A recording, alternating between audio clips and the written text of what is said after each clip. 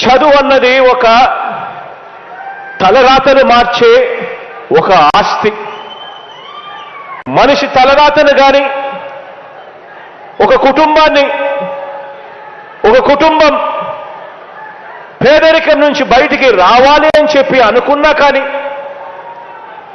వెనకబడిన కులాల తలరాతలు కానీ లేదా ఒక దేశపు భవిష్యత్తు కానీ ఇవన్నీ కూడా మార్చగలిగిన శక్తి కేవలం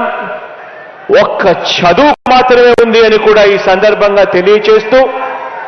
దీన్ని గట్టిగా నమ్మాను కాబట్టి ఈరోజు మనందరి ప్రభుత్వం విద్యా విధానంలో